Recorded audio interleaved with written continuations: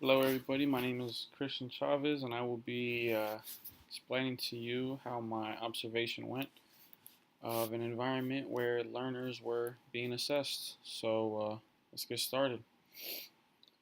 First off, I am in Christopher Neck's Management 300 class from 9:40 to 10:30 a.m. For the purpose of this assignment, I received Dr. Neck's approval to sit in on another class period to observe his learning environment without having to actively participate, so I chose the 8:35 to 9:25 class period. The location of this class is in Lecture Hall BAC 216 in ASU's WP Carey section of the Tempe campus. The date that this observation took place was Wednesday, April 12th, 2017. Once again, the name of the professor teaching the Management 300 class I observed is Dr. Christopher Neck.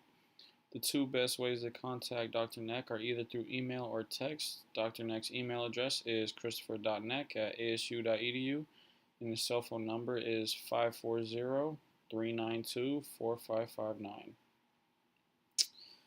Alrighty, first off, I'll tell you about the description of the assessment I observed. According to OB and SAP, assessment is a process of collecting information about individuals or groups for the purpose of making decisions. While observing Dr. Neck's class, it was safe to say that he is definitely collecting information for the purpose of making decisions, and therefore his class could be defined as an assessment of his learners, which are the students. If I had to choose one type of assessment that I believe is most relevant to Dr. Neck's lecture, I would choose diagnostic assessment.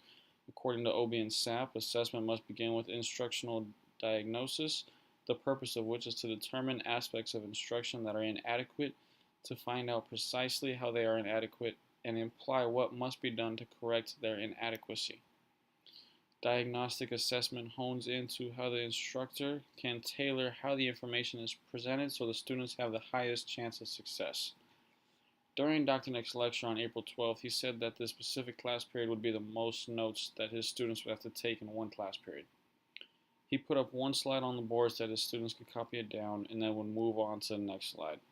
After all of his students had the entirety of the material copied down, he went back slide by slide to take questions on every slide. Normally, I wouldn't expect a teacher's students to have that many questions because either they don't care or they are too scared to ask questions out loud in front of other classmates. However, this was not the case at all, as Dr. Neck's class asked him at least one question regarding every slide. I think Dr. Neck's class participated so much because he encourages participation and even passes out little rewards for participation. By receiving many questions from his students, Dr. Neck was able to identify which slides had inadequate information available to the students and exactly what was confusing for the students. By understanding which slides the students struggled with, Dr. Neck was able to elaborate on the information a little more to improve the students' understanding of the material. Because Dr. Neck was able to locate where students were having the most trouble and provided them with additional guidance, I think that best falls under the diagnostic assessment category. After my observation was complete, I was able to meet with Dr. Neck for a couple minutes in between his lectures to pick his brain a bit. First off, I asked him if he agreed with me saying that I believed his lecture resembled a diagnostic assessment. Immediately, Dr. Neck agreed with my assessment because he says that he tries to make sure that all of his students have a decent understanding of the knowledge of the material before they leave the classroom. He said that by encouraging participation, it helps him understand where students are struggling and why they are struggling. Once an educator understands where students need additional help, the solution is the easy part. Thirdly, I will align diagnostic assessment compared to other assessments that we learned throughout this week in class. While I believe that Dr. Neck's lecture resembled a diagnostic assessment, there are other assessments that we learned this week that could also be used to describe the same lecture. I believe that a formative assessment was a close second place when trying to figure out what type of assessment that Dr. Neck used. According to OB and SAP, formative assessment refers to an ongoing assessment carried out by teachers, both formally and informally, during a unit of work. The results of formative assessments have a direct impact on teaching materials and strategies employed immediately following the assessment.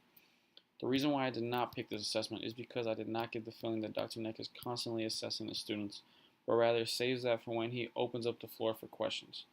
Another form of assessment that we learned over the course of this week is summative assessments. Right away, I knew that this type of assessment didn't correlate with Dr. Neck's lectures because summative assessments only occur at defined periods of the academic year. While Dr. Neck performs his assessments when he opens up the floor for questions, he does this every class period. So it's not like there are defined class periods where the assessments are taking place. Lastly, a third type of assessment that we recently read about was the high stakes assessment. Just like the summative assessments, I knew right away that Dr. Neck did not employ the high stakes assessment. According to Hall, this teaching to the test means there is less time to develop pupil skills and understanding in the various areas of the curriculum that are not assessed. Dr. Neck takes the time to evaluate where students are struggling, even if the information that is not being understood is not going to be on the test.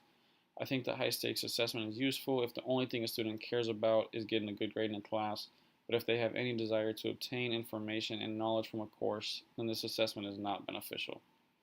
Do I agree with the educator's assessment strategies?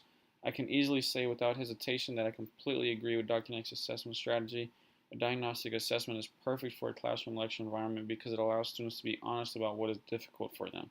What makes Dr. Neck a great professor is that he is open to feedback from his students.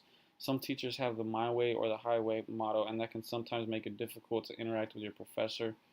The fact that Dr. Neck dives into the material to find out where students are struggling and then takes the extra step to make sure that students aren't struggling with the same material when they leave the classroom is crucial to the development of his learners.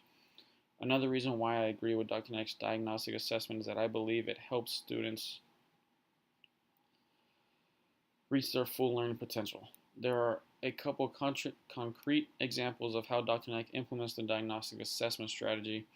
First off, at the end of every lecture, he opens up the floor for questions and makes sure that he answers everything to the best of his ability. Also, if he feels that at the end of a lecture there is still more material that should be covered, he will open the next class period by reviewing what is difficult to understand from the previous class period. Next, Dr. Neck is very good about being accessible outside of the classroom. He understands that some students struggle in a large learning environment and may deserve more one-on-one attention. He lends out a cell phone number to all of his students that they feel comfortable contacting him at any time. He responds to students' questions over text or phone call and virtually any time of the day, and that is very comforting for students to know that if they don't understand something, they can contact their professor outside of the classroom and expect to receive an adequate response.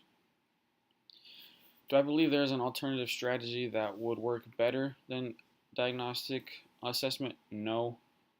However, this part of this assignment is by far the most difficult for me because I can't think of any other type of assessment that would work better than the diagnostic assessment currently implemented by Dr. Neck.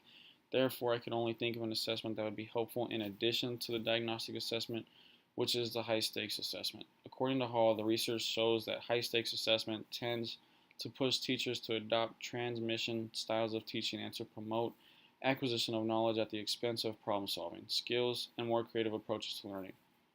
A concrete example to implementing high stakes assessment in addition to the diagnostic assessment would be to have a class period strictly for test review.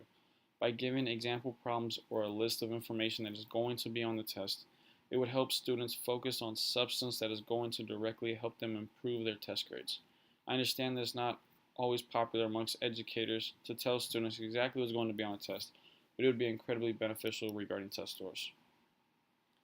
In conclusion, by observing one of Dr. Neck's class periods that is not the one I am assigned to, I was able to really take in how he connects with his students.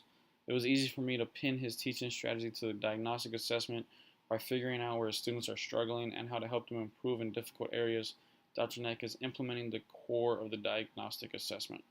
Every educator is different, but I believe Dr. Neck is doing an effective job at connecting with his students and helping them in any way that he can.